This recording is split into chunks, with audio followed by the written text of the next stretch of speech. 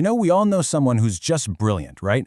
But maybe they struggle with things that seem super simple to the rest of us, like reading or even basic math. Why is that?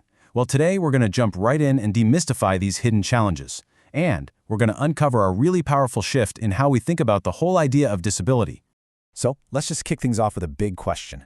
What if the biggest learning challenges out there had absolutely nothing to do with how smart someone is? Just let that sink in for a second. Holding on to that question is the key to unlocking everything we're about to get into. And that's where this crucial concept of hidden disabilities comes into play. Because, the whole point is that these are challenges you often can't see from the outside. So what are we really talking about here? At its core, a learning disability is a neurological thing. It's all about how the brain is wired to take in and process information. This isn't about someone not trying hard enough. It's a genuine difference in brain function that can make learning things like reading or math incredibly difficult. Okay, and this right here, this is probably the most important thing to get, and it just shatters the biggest myth out there. People with learning disabilities have average or even above average intelligence. Let me say that again because it's so important. This has nothing to do with how smart a person is. And this is exactly why we call them hidden. You see this bright, capable person, and you know what they're capable of.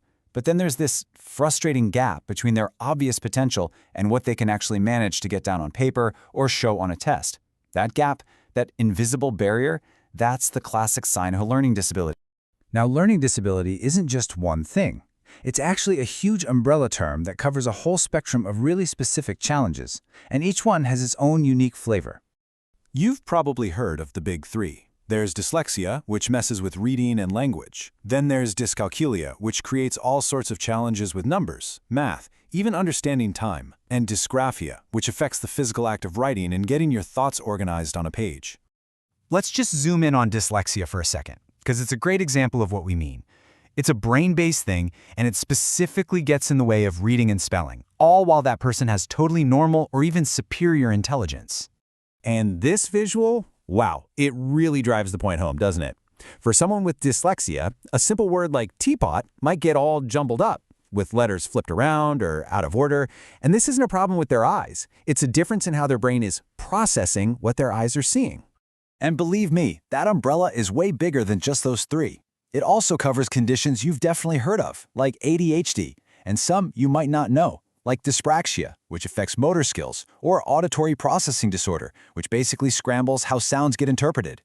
They're all part of this same big family of neurodiversity. Okay, so now we have a pretty good idea of what these disabilities are, right? But what's maybe even more important is how we think about them. And this is where a truly revolutionary shift in our perspective is happening. For the longest time, the default was what's called the medical model. This model says the problem is inside the person, something broken that needs to be fixed. But now, there's this whole other way of thinking called the social model, and it flips the script completely. It says the problem isn't the person, it's the barriers in a world that wasn't built for them. Think about it like this. Is a person in a wheelchair disabled by their chair, or are they disabled by a building that only has stairs? The social model says the stairs are the problem, the disabling barrier. It's such a simple idea, but man, it has huge implications for how we build everything. Okay, so what does this all mean in the real world? It's about a total shift in focus, away from the problem and towards unlocking some incredible potential. Now, it's really important to be clear about this. A learning disability is a lifelong thing. There's no magic pill or cure.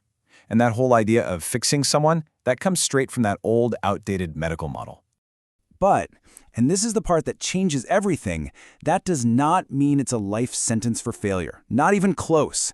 With the right support, the right tools, and the right understanding from everyone around them, people with learning disabilities can and absolutely do achieve incredible success in everything they do. And so, that really leaves us with one last big idea to chew on. The conversation is finally shifting away from asking, hey, what's wrong with you, to asking, what do you need to succeed?